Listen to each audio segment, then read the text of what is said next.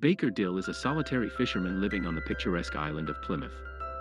He operates a small boat, making a living by taking wealthy clients on fishing trips. One day, while out at sea with his friend Duke, they notice a bird flying low, hinting at a nearby catch. Baker becomes obsessed with catching a massive tuna that has always eluded him. As the fishing line tightens, Duke realizes the tuna is clever, skillfully avoiding the bait and circling them. When the tuna finally bites and dives deep, Baker leaps into action, determined to succeed. After 3 failed attempts, he gathers all his strength and skill to reel it in. Typically, Baker would chum the water and hand the rod to his clients, but this has turned into a personal quest. He straps himself to the rod, fixated on catching the tuna. The wealthy clients, angered by his refusal to follow the rules, threaten not to pay, claiming they aren't getting what they paid for. Baker, losing his temper, brandishes a knife, warning them not to interfere. He fights to keep the tuna hooked in a grueling battle that lasts for hours. As the fish tires, he calls for Duke's help, believing the catch is finally within reach. Just as he thinks he's about to win, the tuna escapes, leaving Baker embarrassed and empty-handed. Meanwhile, a mysterious man in glasses watches from afar, eager to approach Baker, who retreats to his solitude. Baker returns home and shoos away Constance's cat, hoping it will find its owner. He struggles to sleep, tormented by thoughts of his son, who is far away. The next morning, Baker and Duke head out again but fail to catch any tuna. Duke suggests selling the bait to minimize their losses, but Baker angrily throws the fish overboard, upsetting Duke. In a fit of rage, Baker blames Duke for their bad luck and says he no longer wants to work with him. Although he genuinely wants Duke to find a better job, he can't express it. Their argument escalates, and Duke storms off. Later that evening, Baker goes back to the bar for a drink, ignoring the bartender's jokes. He brushes off the idea of consulting the shaman, believing she won't help him catch tuna, but feels relieved that Duke has found a better-paying job. Their conversation is interrupted when Karen, his ex-wife, arrives and pays for their drinks, asking to speak with him privately about something significant. Constance watches them leave for the boat, feeling jealous but hesitant to intrude. During their talk, it is revealed that Baker's real name is John Mason. A soldier who fought in the Iraq War struggles to readjust to life after returning home and creates a new identity on the Forgotten Island, where he focuses on catching a giant tuna. Meanwhile, his ex-wife Karen seeks help, escaping her wealthy, abusive husband Frank, who is linked to the Cuban mafia and struggles with alcoholism. While Baker is indifferent to Karen's situation, he worries about their son Patrick, who isolates himself to create a game on his laptop, avoiding his chaotic home life. Desperate, Karen asks Baker to stage an accident during a fishing trip to eliminate Frank, offering him $10 million. Baker declines, unwilling to compromise his morals. After she leaves, a mysterious man approaches Baker, but he heads out for another fishing trip. Upon returning, he meets Constance, who expresses jealousy toward Karen rather than interest in his catch. Baker is pressed about his past with Karen, with questions about a possible reunion. He skillfully avoids the topic and heads to the cliffs for a swim. In the water, he hears his son's voice, which disturbs him. He briefly sees Patrick and swims towards him, but the image slips away. Hours later, Frank arrives on the island by private jet, causing Karen to feel anxious and unsafe. He orders her to remove extra clothing and inspects her body, discovering scratches that ignite his rage, leading to a violent attack. This incident quickly spreads, reaching Baker, who decides to change his work focus. He abandons tuna fishing for regular hooks to catch sellable fish. Soon after, Karen and Frank approach Baker to arrange a tourist fishing trip for the next morning.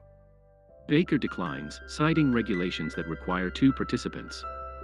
Frank, however, insists on a hefty payment and threatens Baker with a gun, making it clear he expects compliance. Baker leaves the tense encounter and heads back to sea, unaware that a mysterious man in glasses and a suit is following him. The stranger is surprised to see Baker departing the pier earlier than expected and wonders why he missed the chance to meet him.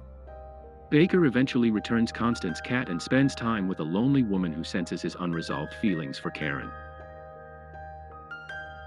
She playfully asks him to choose between the tuna and Karen, but Baker leaves without answering. The next morning, Duke informs Baker that Frank is offering $110,000 for a tourist fishing trip. Duke, needing $2,000 for his granddaughter's tuition, urges Baker to accept the tempting offer. Baker agrees to take Duke along, but only if he promises to help him resist temptation. Despite harboring dark thoughts of killing Frank, Baker's conscience holds him back. He reassures Karen that they will return safely from the trip. During the outing, Baker takes advantage of Frank's ignorance, asking personal questions and quickly realizing Frank is a despicable man eager to cheat on his wife.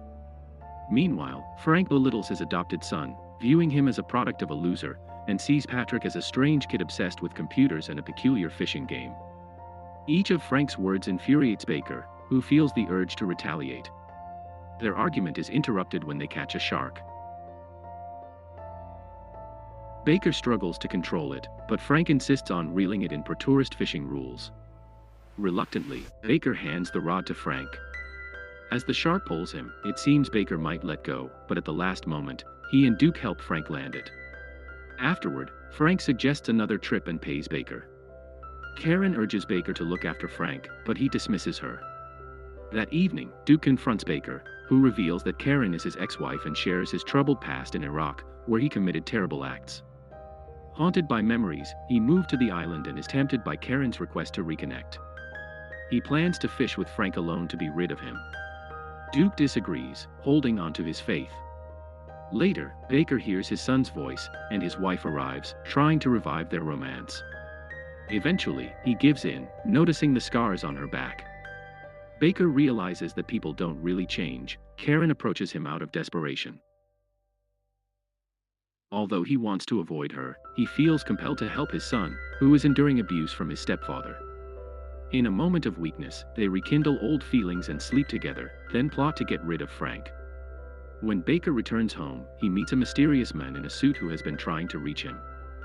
Reed Miller, the sales head of a small fishing supply company, insists on a late-night talk, claiming it's urgent. Reed, familiar with Baker's routine, won't take no for an answer. He offers a new ultrasonic fish finder for free, hoping for a positive review from a fishing enthusiast. As Reed's pitch becomes increasingly strange, he reveals he knows too much about Baker, including his next day's plans.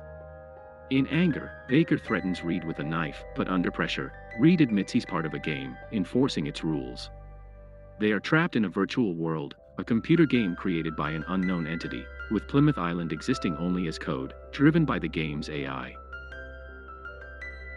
The constant rule is that harming others is forbidden. The next morning, Baker decides to kick Reed out.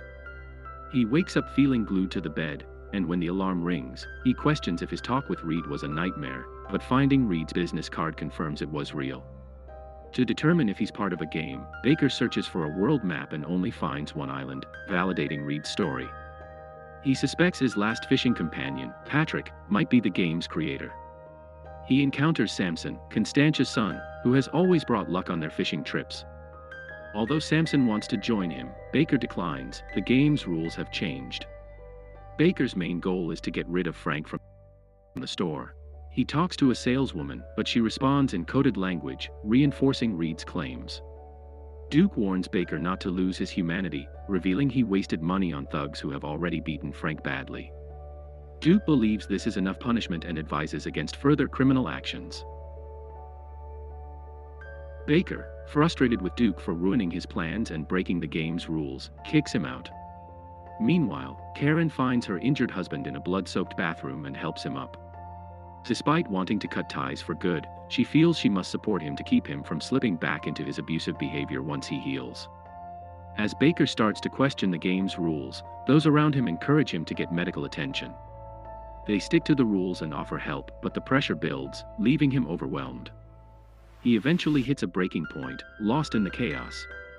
In his despair, he turns to alcohol and steps away from the game, seeking solace by the shore. There, he meets Reed, the enforcer of the rules, who tells him that the creator has changed them. They realize they must accept this new reality and follow Patrick's updated instructions. Baker realizes his son wants him to permanently deal with Frank.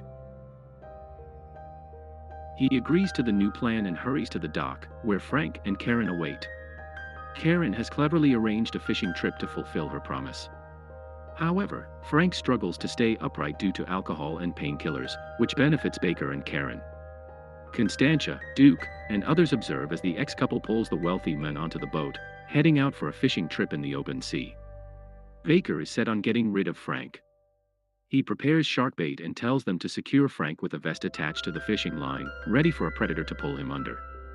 The scheme appears perfect until they find out Samson has secretly joined the boat to help Baker catch a tuna. This unexpected witness complicates things for the ex-spouses, leading Baker to assign Samson a different job and send him to the cabin. Impatience grips Karen as she readies to stab her oppressive husband. Their plan unravels when a tuna bites, catching Baker's attention. It's the one he's been hunting. He grabs the fishing rod, eager to catch it. Karen realizes the moment's weight as Baker shifts focus to his catch. Accepting Patrick's new rules, Baker hands the rod to Frank, naming the tuna Justice. Once alone, the fish drags the drunken Frank underwater. Meanwhile, Karen and Baker pretend to worry about the situation to avoid raising Samson's suspicions. In a different part of the world, Patrick leaves his room, imitating his father's moves from a video game. With his father's knife in hand, he goes downstairs to confront his abusive stepfather. Baker Dill is a character Patrick created to honor his late father, John Mason, who died in Iraq in 2006. After John's death, Patrick's mother remarried, but Frank became a cruel figure, often hurting her and Patrick. Patrick suffered in silence for a long time, trying to escape the violence through gaming, but it didn't protect him. Burdened by depression and moral dilemmas, the 13-year-old took drastic action. The court recognized Frank's cruelty and ruled Patrick's actions as self-defense, allowing him to return to his mother. Baker was promised $10 million by Karen, a life-changing amount. Soon after, he got a call from his son, who found a way to connect with his deceased father and reprogram the game so they could go on a fishing trip together again.